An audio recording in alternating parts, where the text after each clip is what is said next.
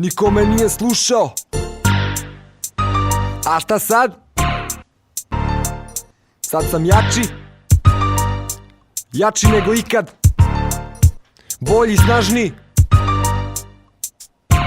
Pucarima.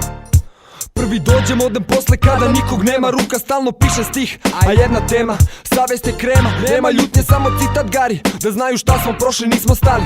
A ipak, ruke pune nemira i glava puna očaja. Sedim sam u gluvoj sobi, koliko posto ja i uvek 100% sluške. Matrica kad krene, onda siguran sam da ću sve od sebe. Slušaj mene, slušaj sebe gari. Daj pa uporedi, vidi gde si, vidi gde sam. A onda sledi jebeni serijal. Sad sam zaražen i teče mi kroz vene. Nije tema, hop vez deo mene, ja deo scene. I kad krene, znaš i sam da na vratima je poruka i ostvaren je san. Rekao sam vam, niste slušali.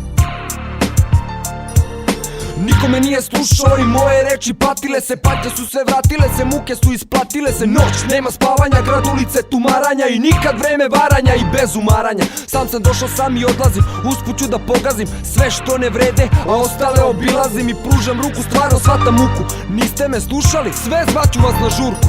Koliko vredi podrška iz kraja gde te znaju, ja ne znam. Jer nisu hteli da me slušaju, a sada telo cima, ritam udara, a bina samo moja. Nebo, granica, visina. Nebo je granica i glava puna parnica, jer niko nije slušao da pravi sam. Sada krećemo moj udeo, u priču sam te uveo, a sve vas kurac boleo, ja sam vas voleo. I kad je frka tuko sam se kući, često krva, vraćao sam se. Sve zbog laži spike da sam kao briso parter. Uspeo sam i da znate da jebo sam vam mater.